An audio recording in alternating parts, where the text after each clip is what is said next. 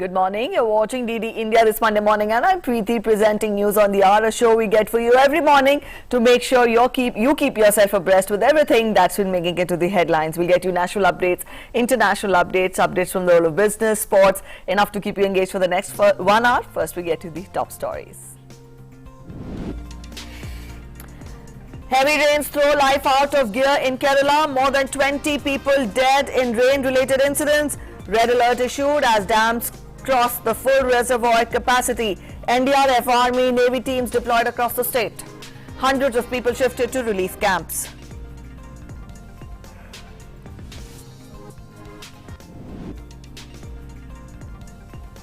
Heavy rains predicted in Uttarakhand as well. Chief Minister Pushkar Singh Dhami takes stock of emergency preparedness. Schools to remain closed today. Heavy rains in Delhi and western Uttar Pradesh as well.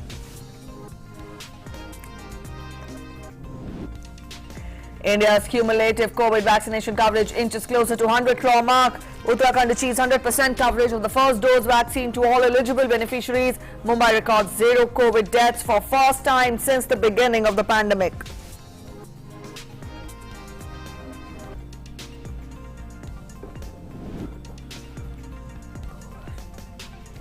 Dr. S. Jaishankar on his first visit to Israel as External Affairs Minister meets Israeli Chambers of Commerce and other innovative ecosystem, urges Israeli businesses to focus more deeply on Indian opportunities, also meets Indian Jewish community in Israel.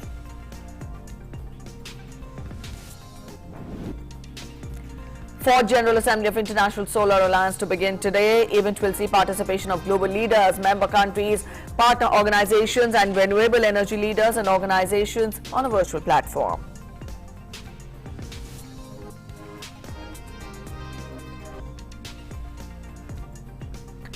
Oil prices climb to highest in years as COVID recovery, power generators stoke demand.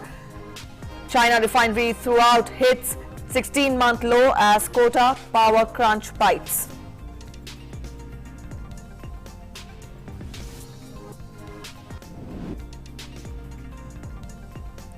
U.S. missionaries kidnapped in Haiti as gangs grow more brazen amidst political and economic crisis in the Caribbean nation.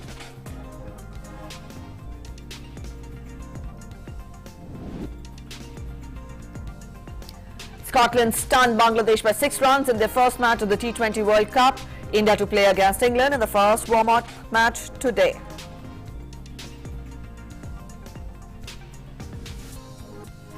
Alright, those are the top stories. Let's get to the news in detail. Heavy rains have thrown life out of gear in Kerala. Floods triggered by heavy rains have led to loss of life and property in the southern state and brought normal life to a halt. 3 more bodies were recovered from Kokayar landslide spot. With this, the total death toll has reached 24 in the state due to unseasonal heavy rainfall. Kottayam has been battered the most. The remote areas of the district have lost contact and dams are overflowing. Many villages have reported damage due to landslides in the state. Rescue operations are underway by the Indian Army and Navy in the affected areas. A red alert has been sounded in Idukki as many dams are overflowing. Meanwhile, massive efforts are underway in Kochi to evacuate trapped people through naval helicopters. Huge damages are reported from Kozhikode district. In Alapur district, due to waterlogging in the low-lying areas of Kuttand, hundreds of people have been shifted to relief camps.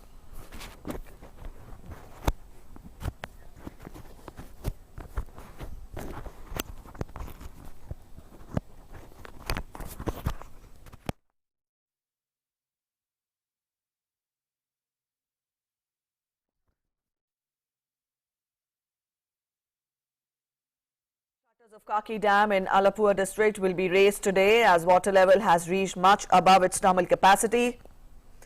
High alert has been issued to people residing near Kaki Dam.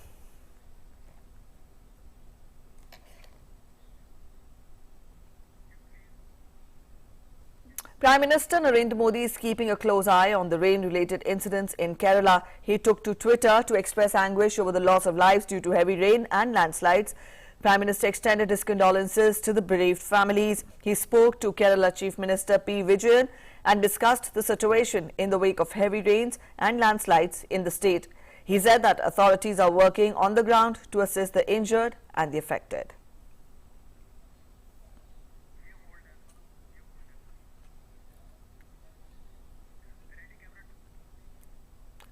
Kerala Chief Minister P. Vijayan has meanwhile urged people in the state to remain cautious and prepare themselves to move to a relief camp, higher ground or safer localities if requested by the government officials. In view of the situation worsening due to heavy rains in the state, the government has issued an advisory for tourists not to travel at night for time being, and Sabrimala devotees have been requested to cancel their travel till October 18th. Also, the yatra will resume from 19th of October. Higher educational institutions in the state, which were to be opened from Monday, that is today, will remain closed from the time being, and also examinations have been postponed for the next 2 days. Kerala government has announced an ex gratia of 4 lakh rupees to the next of the kin of those killed in the rain-related incidents. All right, Joseph Martin is joining us from Thiruvananthapuram. Joseph, get us the current situation. How has the morning begun? We have updated our viewers about the havoc that has been witnessed in the state of Kerala because of unseasonal rainfall.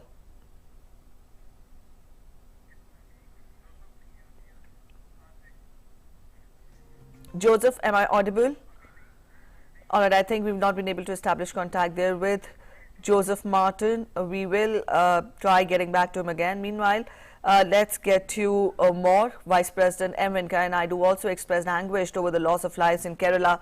The Vice President in a tweet said, and I quote, "Deeply distressed by the loss of lives due to floods in Kerala.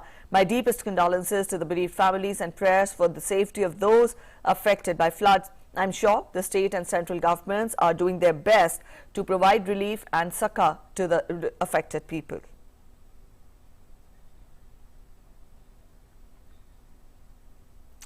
In Uttarakhand, a red alert warning for heavy to very heavy rains has been issued at isolated places of Dehradun, Tehri, Almora, Pauri, Haridwar, Champavat and Nainital.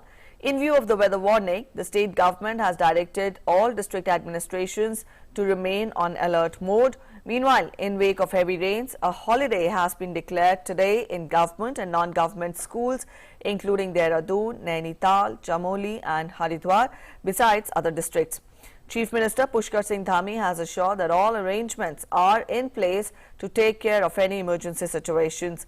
Dhami inquired about the situation in the state in view of heavy rains. The Chief Minister also directed that police, SDRF and other concerned personnel should be kept on high alert at sensitive places.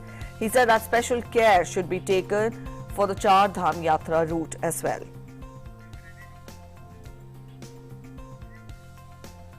Meanwhile, national capital Delhi also witnessed rains since Sunday. The Met Department has predicted thunderstorms with moderate intensity rains with heavy intensity rains over isolated places that would continue to occur over and adjoining areas of the national capital during the day today.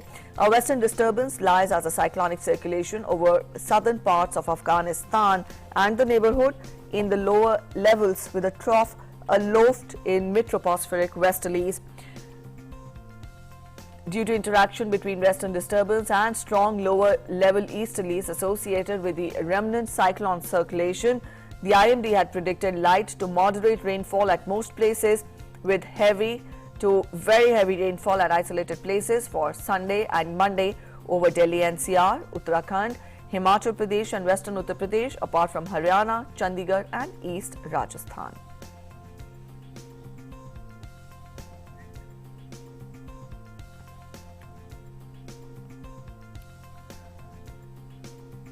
All right, Joseph Martin is now joining us from Kerala. Joseph, we told our viewers how heavy rains have thrown life out of gear in Kerala and 24 people have lost their lives due to this unseasonal heavy rainfall. Spell out more details. How has the day begun there today? Now the rain has stopped for a while, for some hours together. That has eased the rescue and search and rescue operations. The search and rescue operations are still going on in spite of getting the 24 bodies and recovering the 24 bodies. 13 bodies have been recovered from critical in Kottayam district alone and 6 bodies from Pokayar in Idukki.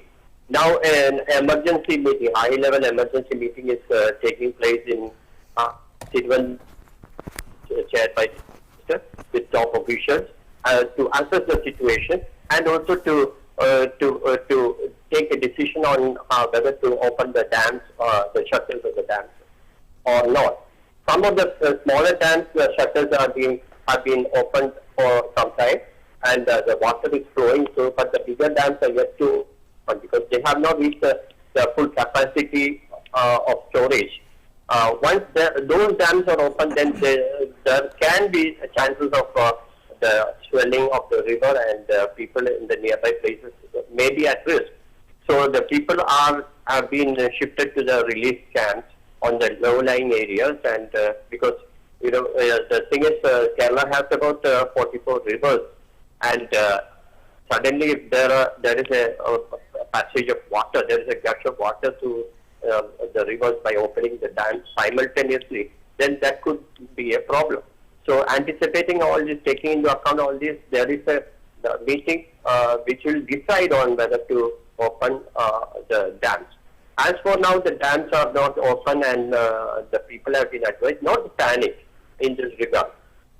Many families have been shifted to safer relief camps, and they are there in safety. On 20th, it has been predicted that there may be a chance of another rain coming from due to the eastern wind. So if that happens, then there would be possibly some rain for some few more days, which may not be as severe as this one, which we underwent to. Now, I would like to add, in Kutikkal, the entire family was has lost their life. 3 generations, the mother, the son, daughter-in-law, and the 3 daughters, they have lost their life. Similar things have happened in different parts, in other parts, in Haiti also. At least 5 of the children have lost their lives. So this is a situation, and many of the shops have been, it has been filled with the mud and the landslide, due to the landslide. This is the condition presently in Kutikkal and in Idukki. All right, Joseph. So children also among those who lost their lives.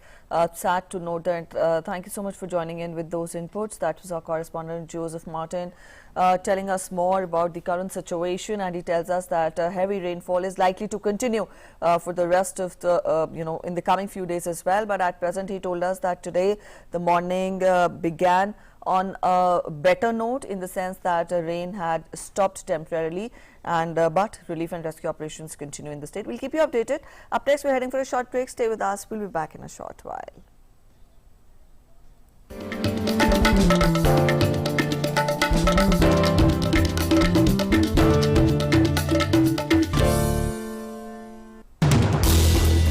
As the day unfolds and news and events take shape, we get you complete coverage of every news breaking in, tracking new developments as they happen. Midday Prime English, Monday to Friday, 2 p.m. on DD India.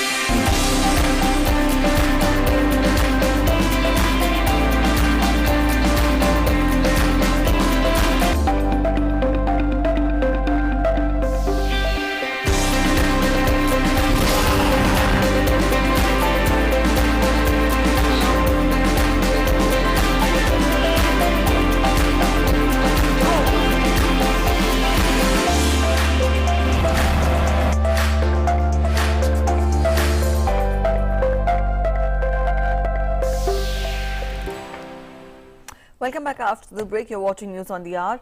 External Affairs Minister Dr. S. Jaishankar is on an official 5-day visit to Israel. He will hold a bilateral meeting with alternate Prime Minister and Foreign Minister of Israel, Yair Lapid. Also, he will call on President Isaac Herzog and Prime Minister Naftali Bennett and the Knesset Speaker.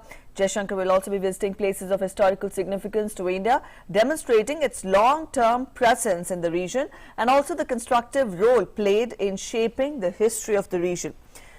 India and Israel elevated bilateral relations to a strategic partnership during the historic visit of Prime Minister Narendra Modi to Israel in July 2017.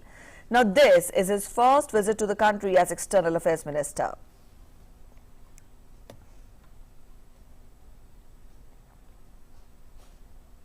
Dr. S. Jaishankar, who arrived in Jerusalem yesterday, met with Indian Jewish community in Israel and hailed their manifold contribution to the ties between the two countries. The External Affairs Minister expressed confidence that the Indian Jewish community in Israel will bring the two countries even closer together in the coming years.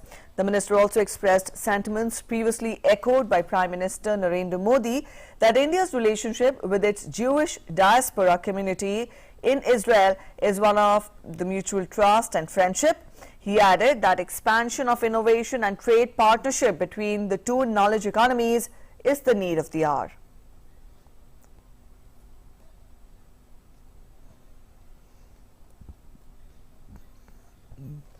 We also share similar challenges to our society, from radicalism and terrorism, apart from many other emerging developments on the geopolitical landscape. The real thrust, however, is to expand the innovation and trade partnership between our two knowledge economies.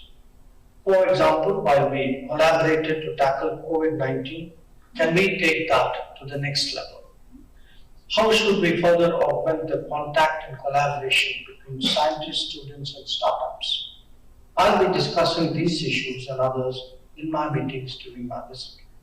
Next year marks the 30th anniversary of full diplomatic relations between India and Israel. India is celebrating the 75th year of our own independence. In 2023, Israel too will be celebrating the 75th year of its independence. These occasions are significant milestones to start new voyages and to cover new horizons. The External Affairs Minister also received a copy of the book Bombay-Mumbai City Heritage Walks by Dr. Shaul Sapir. Dr. Sapir, an India-born scholar, was a professor at the prestigious Hebrew University of Jerusalem. Earlier, the External Affairs Minister held a productive meeting with Israeli Chambers of Commerce and the innovation ecosystem. While appreciating their visible enthusiasm for doing more partnerships with India, he stressed that many post-COVID priorities, including digital, health, agriculture and green growth, are natural areas for our collaboration. He also encouraged Israeli businesses to focus more deeply on Indian opportunities and take advantage of our business-friendly policies. Minister of State for External Affairs and Parliamentary Affairs V. Muralidharan yesterday arrived at Khartoum, the Sangam of two Niles, blue and white, the capital of Sudan. Upon his arrival, the minister tweeted that he was touched by the warmth at the reception, which is a true reflection of our age-old ties. He also said that he looks forward to meeting the leadership, businesses and Indian community in Sudan over the next 2 days. Later, from 20th till 22nd of October, he will visit the Republic of South Sudan, and this is his first visit to both the countries.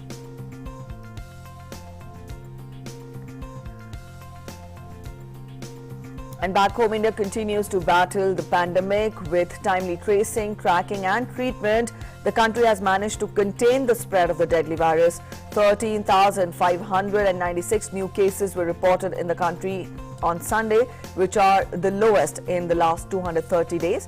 The recovery rate is highest since March 2020 and is currently at 98.12%. 19,582 patients have recovered in the last 24 hours, which has increased the total recoveries to 3,34,39,331. Active cases account for less than 1% of the total cases. Active cases are currently at 0.56%, which is the lowest since March 2020. Active caseload stands at 1,89,694, which is the lowest in 221 days. The weekly positivity rate remains below 3% for the last 115 days. It is now at 1.37%. The daily positivity rate is less than 3% for the last 49 days and is now at 1.37%. Testing capacity has been ramped up in the country and over 59.19 crore samples have been tested so far across the country.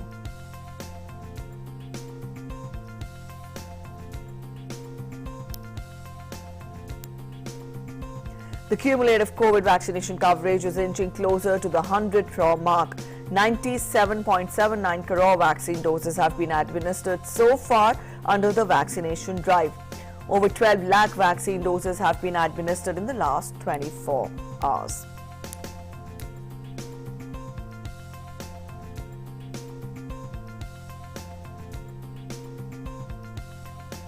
Meanwhile, Uttarakhand has administered the first dose of COVID vaccine to its entire eligible population 3 months ahead of its target. Chief Minister Pushkar Singh Dhami said that a total of 74 lakh people in the state have been administered the first dose of the vaccine, and he said that 34.68 lakh people have been given the second dose. Uttarakhand Chief Minister also thanked all the government, private and voluntary organizations involved in this exercise. He also thanked Prime Minister Narendra Modi for raising the supply of vaccine doses from the state from August onwards.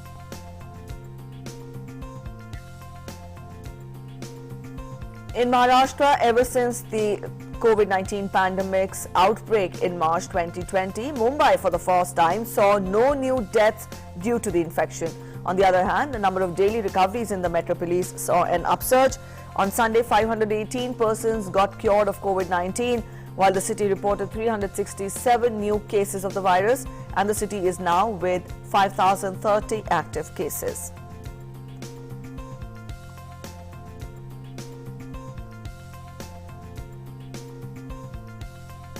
Schools in Goa reopened today for classes 9 to 12. The schools have to follow COVID guidelines and standard operating procedures after attending schools.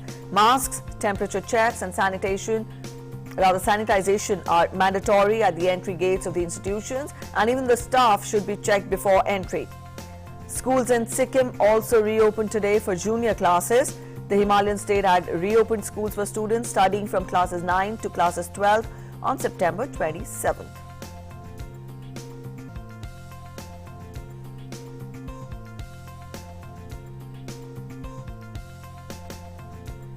Schools in Chandigarh also reopened for all the classes.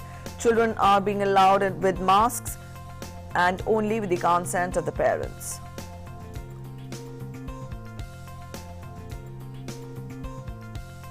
The Ministry of Civil Aviation restored the scheduled domestic air operations without any capacity restriction from today. The carriers have been operating at 85% of their pre-COVID domestic services since September 18th.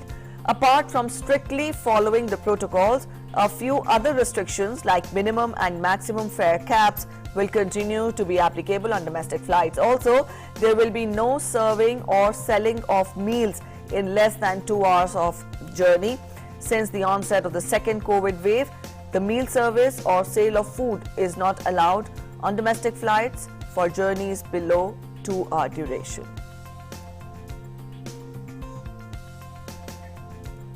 The 4th General Assembly of the International Solar Alliance will be held virtually today. The alliance will be presided over by Union Power, New and Renewable Energy Minister R.K. Singh and the President of the alliance, Christian Skard-Gleditsch. Also, U.S. Special Presidential Envoy for Climate John Kerry will deliver a keynote address at the 4th General Assembly of the International Solar Alliance. European Commission Executive Vice President for the European Green Deal, Frans Timmermans, will also address the gathering. This alliance is the nodal agency for implementing India's global electricity grid plan, that is One World, One Sun, One Grid, and that seeks to transfer solar power generated in one region to feed the electricity demands of the other region.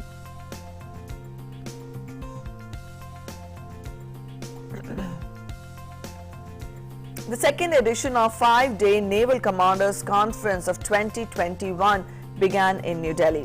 The conference serves as a platform for naval commanders to discuss important maritime matters at the military and strategic level, as well as interact with senior government officials through an institutionalized forum. During the conference, Raksha Mantri Rajnath Singh will address and interact with the naval commanders on matters pertaining to national security. Amongst many issues being discussed, the Chief of the Naval Staff, along with other naval commanders, will review major operational, material, logistics, human resource development, training and administrative activities undertaken by the Indian Navy in the last few months, and also deliberate upon future plans for important activities and initiatives. Due to rapidly changing geostrategic situation of the region, the significance and importance of the conference is manifold. The Chief of Defence Staff and the Chiefs of Indian Army and Indian Air Force would also interact with naval commanders to address convergence of the three services vis-a-vis the operational environment and on avenues for augmenting tri-service synergy. In Gujarat, one person was killed while over 100 others were rescued after a fire broke out at a packaging factory in Surat this morning. Around 125 people were rescued from the packaging factory located in Kadodra in Bareilly.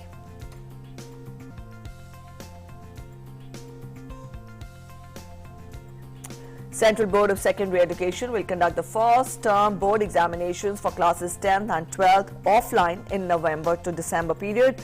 The board will release the date sheet for the same today. And from this year, the board has bifurcated the academic session. Instead of one annual exam for secondary and senior secondary in February and March, CBSE will conduct two term end exams.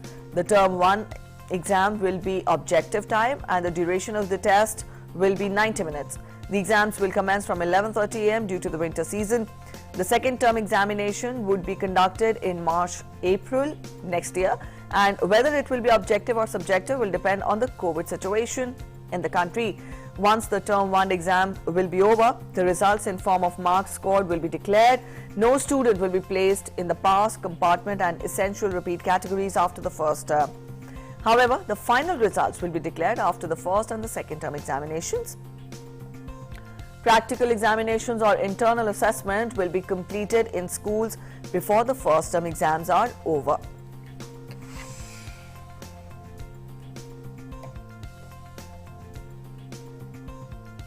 Time now for a short break. You're watching News on the Hour. Stay with us. We'll be back in a while.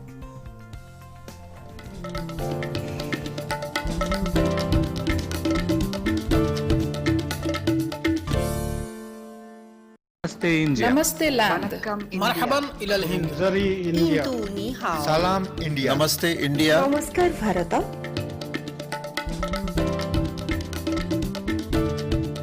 Mui Nous India. sommes land. 是印度。 نحن هنود.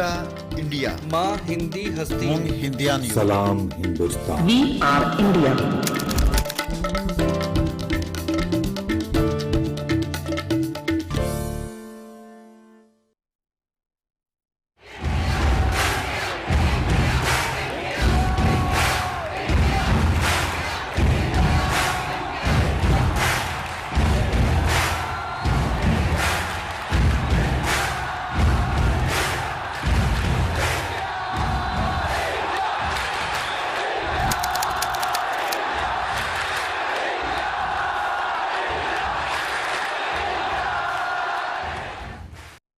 Your window to rising India.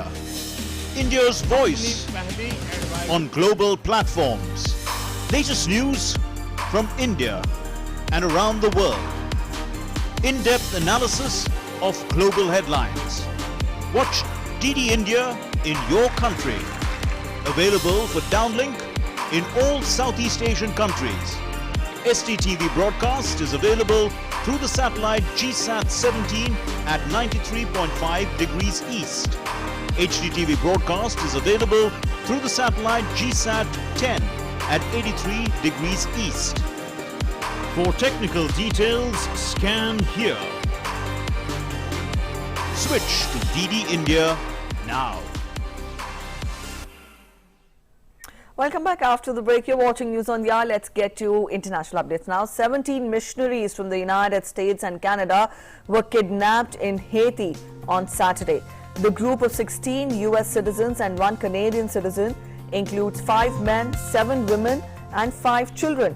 The kidnapping happened after the missionaries left an orphanage in the crisis-engulfed Caribbean nation. The kidnappers have already made contact with the organization, and officials say that they were kidnapped by 400 Mawozo gang, also blamed for the kidnapping of Catholic clergy in April. Haiti has one of the highest rates of kidnapping in the world. Kidnappings have surged in Haiti throughout 2021, with numbers rising nearly 300% since July. This year has been particularly bad, with more than 600 kidnappings recorded in the first 3 quarters this year, as compared with 231 over the same period last year, according to a local civil society group.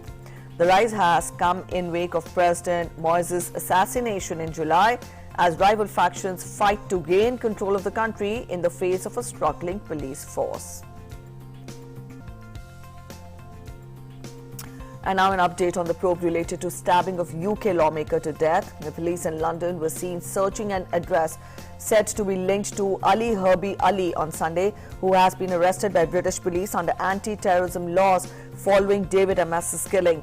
Ali Herbie Ali is the son of an ex-media advisor to a former Prime Minister of Somalia. Prime Minister Boris Johnson's Conservative Party late leader Amos was knifed repeatedly as he met constituency voters in a church on October 15th. Police say that they had arrested a 25-year-old British man at the scene on suspicion of murder and have said that it is believed that he acted alone. They have not named the suspect but used additional powers under anti-terrorism laws to detain him until October 22nd.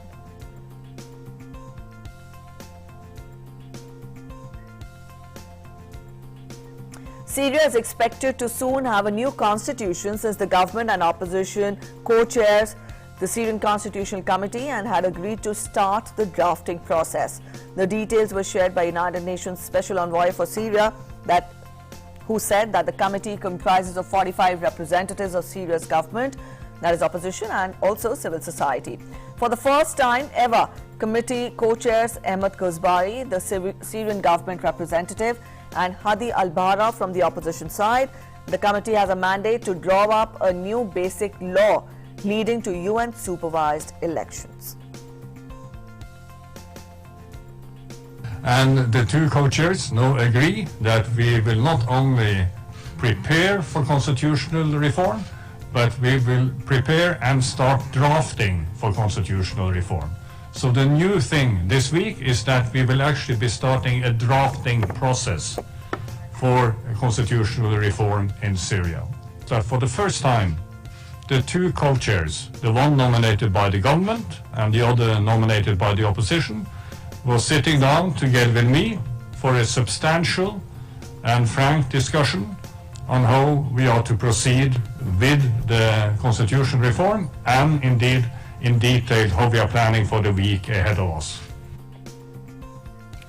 With Hungary parliamentary election due next year, political situation in the country has started creating a buzz.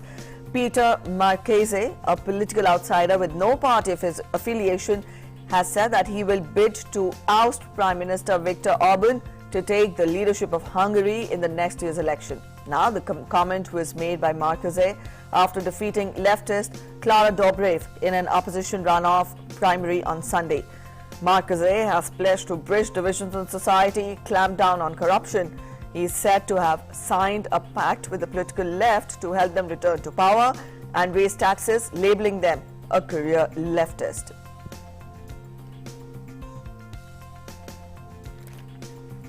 The chair of the Venezuelan opposition negotiating team has urged the government to resume talks at the earliest after President Nicolas Maduro's administration suspended talks this weekend. His government suspended the conversations after its envoy Alex Saab was extradited to the United States from Cape Verde on Saturday for money laundering charges. The 2 sides are seeking a solution to Venezuela's extended social and economic crisis, which has plunged a majority of its population into poverty and sent millions abroad looking for opportunities. The Venezuelan government in September named Saab who was arrested in June 2020 when his plane stopped in Cape Verde to refuel as a member of its negotiating team. The U.S. Justice Department charged Saab in 2019 in connection with a bribery scheme to take advantage of Venezuela's state-controlled exchange rate. Meanwhile, dozens of people congregated to call for the release of Alex Saab. The U.S. has stopped and has also imposed sanctions on Saab for allegedly orchestrating a corruption network that Washington says allowed him and Maduro to profit from a state-run food subsidy program.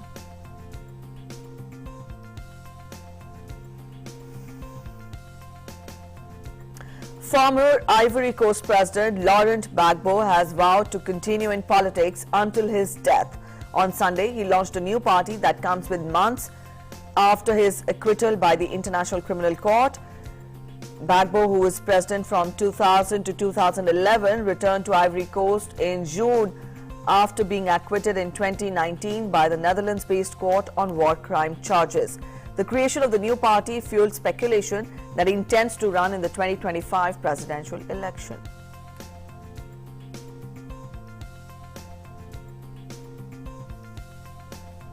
In El Salvador, at least 4,000 people took to the streets to air a range of complaints against President Nayib Bukele, from adopting Bitcoin as legal tender to firing Supreme Court judges. Holding banners and signs rejecting Bitcoin, people marched through capital San Salvador. Bitcoin officially became legal tender in the Central American country in September. Bukele proclaimed himself as a dictator of the Central American country on his Twitter account last month.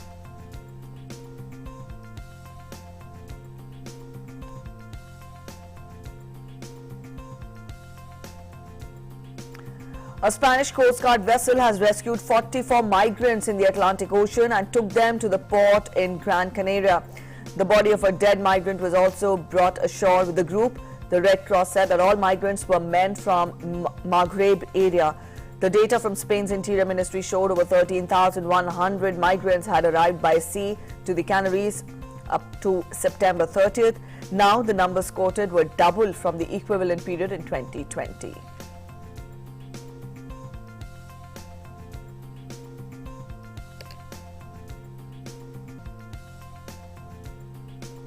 And news from neighbouring Bangladesh now. Bangladesh Home Minister has said that the violence in Kamila and other places in Bangladesh during Durga Puja was instigated by a third party to destabilize the country. He said that exemplary punishment will be given to those who were involved in the incident. Meanwhile, social organizations, cultural groups, eminent citizens cutting across communities have condemned the recent incidents of attack on the minority Hindu community in Bangladesh. A number of protests have taken place in the country demanding stern action against the perpetrators of violence. They call for an independent and impartial investigation into the incidents. The social media platforms were also flooded with condemnation of the incident and also demand for punishment to the perpetrators. Violent incidents had taken place across several places in Bangladesh during the last 3 days of Durga Puja after an alleged incident of desecration of the holy book was reported in Kamila. At least 6 people were killed in violent incidents and scores of houses were attacked. Temples were vandalized in the country during this period. Up next, we take a look at updates on COVID-19 from across the world. When we talk of the situation, that more than 24 crore 14 lakh people have been infected by the virus and over 21 crore 87 lakh have recovered from the virus. The number of fatalities due to COVID all across the world has surpassed 49 lakh 14,000. The US continues to be the worst affected country by COVID. Over 4 crore 57 lakh people have been infected by the virus, while more than 7 lakh 44,000 have died in the US due to it.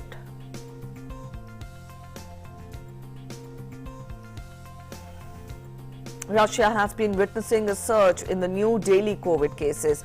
With 34,303 new cases, the country reported a record high number of new infections on Sunday, and now this latest numbers of fresh cases are the highest since the pandemic began almost 2 years ago.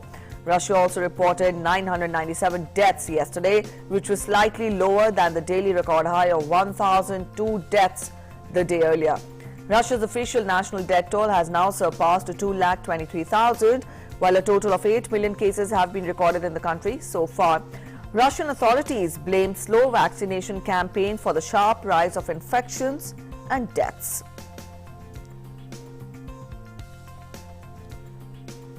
Paris Marathon, one of the highest awaited events in France, saw around 35,000 runners participating on Sunday. The event was cancelled last year due to the COVID pandemic. Spectators turned out in the autumn sunshine to cheer the athletes. 30 months after the last edition, runners and spectators said that they were pleased to take part in the race as life in the streets of Paris seemed to be back to normal.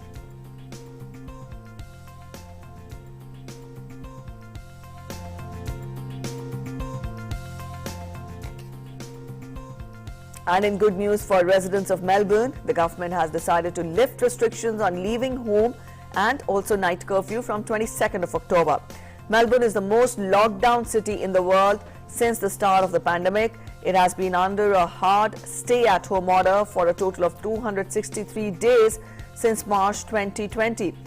While the COVID cases keep rising in Victoria State, double vaccination rate for the population is set to reach 70% next week, paving path for easing restrictions.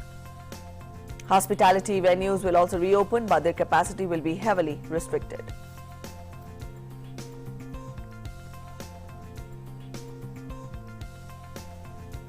The COVID pandemic has affected the lives of a number of people across the world. Lifestyle of people has transformed largely, and many have been facing issues like stress and anxiety. Amidst this, Spain has come out with a crying room which aims to remove the stigma in society attached to mental health, crying and seeking help. Phones are placed in one corner with the names of people visitors can call when they are feeling down. The signboards in this place read, "Enter and cry," and "I too have anxiety," among others. Earlier this month, Spanish Prime Minister separately announced $116 million of mental health care drive.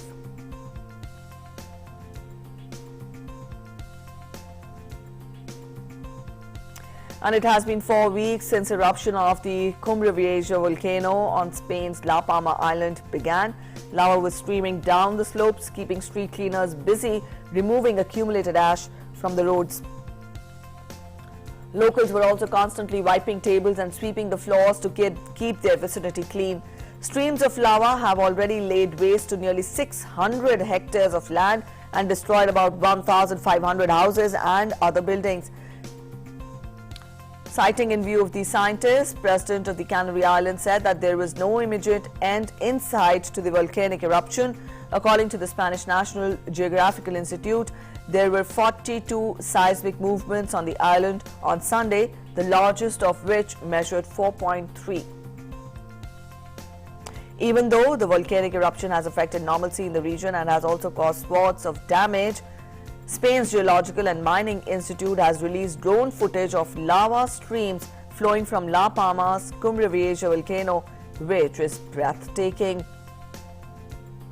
The footage shows massive red-hot lava streaming and flowing from Cumbre Vieja volcano, and now spurting lava and huge cloud of smoke and ash continue to disrupt movement of flights around La Palma airport.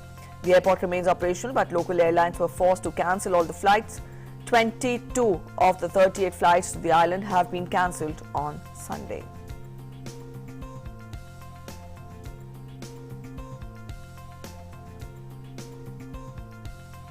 In Cuba, people were marveled by a rare water spout spinning off the coast of San Fugos. Now, according to the Provincial Met Center, the water spout swirled between 4:50 p.m. to 5 p.m. local time. No damage was reported from the water spout.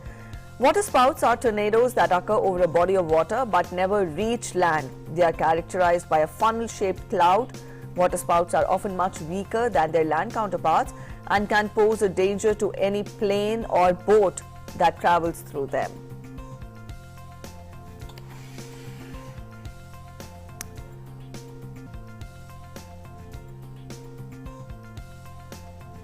And we're heading for a short commercial break. You're watching News on the Hour. Stay with us.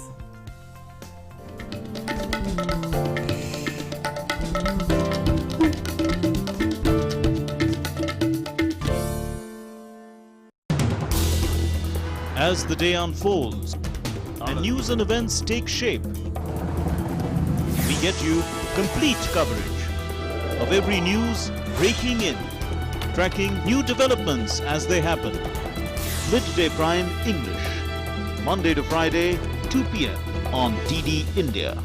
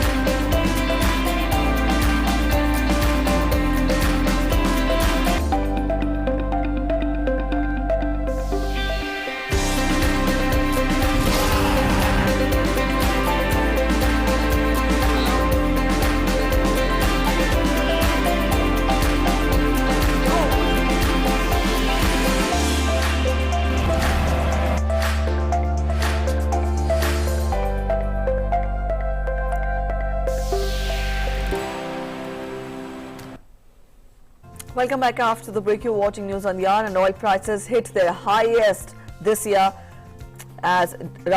morning, in fact, as demand continues its recovery from the pandemic, boosted by more custom from power or generators turning away from expensive gas and coal to fuel oil and diesel.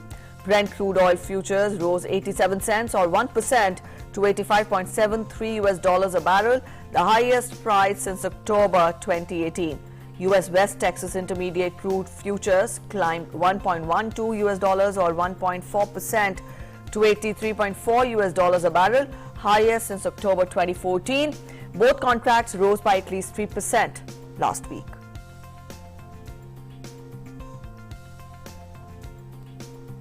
And Indian markets were going strong this morning.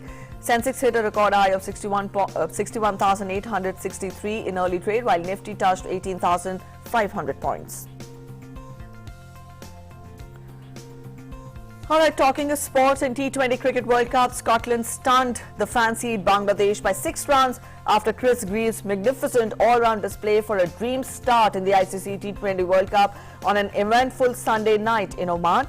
Greaves led a brilliant lower-order fight back with a 28-ball 45 as Scotland recovered from a hopeless situation to post 140 for 9 in their first-round Group B opener of the T20 showpiece. Invited to bat first, Scotland were reeling at 53 for 6 in the 12th over before Greaves added 51 runs with Mark Watt to prop up Scotland.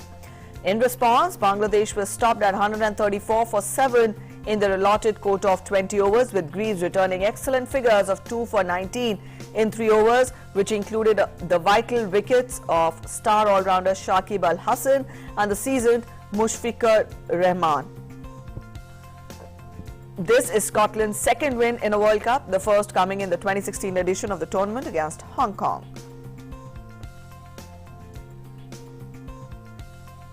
Bangladesh's Shakib Al Hasan has become the highest wicket taker in men's T20 internationals when he dismissed Scotland's Michael Lees in his side's opening match of the T20 World Cup. He overtook Lasith Malinga's tally of 107 wickets. The left-arm spin bowling all-rounder now has 108 wickets in 89 T20 internationals. When he claimed his 100th wicket against Australia earlier this year, he became the first cricketer in T20s to score 1,000 runs and take 100 wickets. Shakib also recently reached #1 position in the ICC T20 All-Rounders rankings while also holding the top position in the ICC ODI All-Rounders charts. He is one of the only 4 players in T20 cricket after Kieron Pollard, Dwayne Bravo and Andre Russell. These are the others to have 5,000 runs, 300 wickets and 50 catches.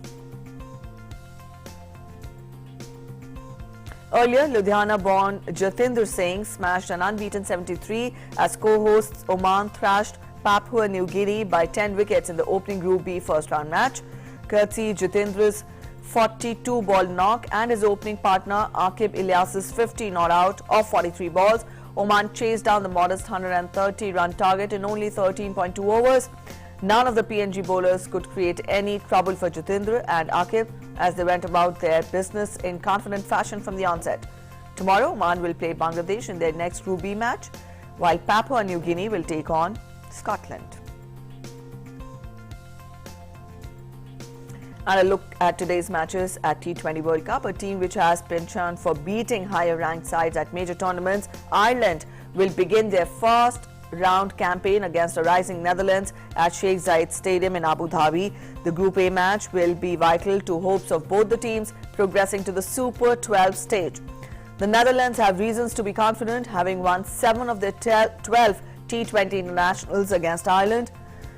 They also come out on top in their recent ODI series. Ireland have registered World Cup victories over Pakistan, England, West Indies, Zimbabwe and Bangladesh. Now firmly established as a force to be reckoned with, they can both make a statement and take a big step forward in the tournament. Ireland surprised many by reaching the second round of the T20 World Cup in 2009. That was their debut tournament. They haven't made it further than the first round in their 4 tournaments since, missing out on net run rate in 2014.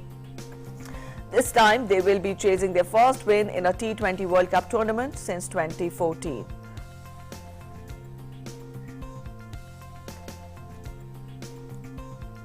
In another match, Sri Lanka and Namibia are set to lock horns today. Namibia are returning to the big stage after 18 years, and on paper, Sri Lanka are the favourites. But it will not be an easy outing for Dasun Shanaka and his company. The Gerard Erasmus-led side has recently done well and are known for putting up good fights. With luck, they can go deep into the tournament, and this will be their first meeting in the T20s. Overall, Sri Lanka have played 140 T20 internationals, winning 63 and losing 75. In the last 10 outings, they have won only twice, both against India in July. Namibia have an 18-4 win-loss record in their previous 22 T20 outings. They are on a 6-match winning run. And India will take on England in their first warm-up game of the T20 World Cup today at ICC Academy Ground in Dubai. Virat Kohli, who will step down from T20 captaincy after this World Cup, will look to find the perfect combination when the inaugural champions will be up against Ian Morgan-led England before the start of the Super 12 stage. Both India and England have already qualified for the Super 12 round as they are among the top 8 of the ICC T20 ranking.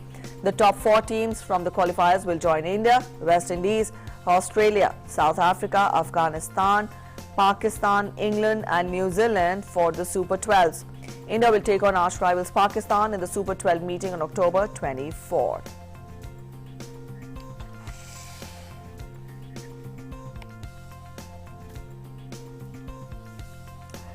Alright, that's it in this edition of News on the Hour this morning. But before we go, we leave you with some glimpses of Fang Monastery, which was built some 900 years ago. Take a look at beautiful images. Bye-bye. Have a good day ahead.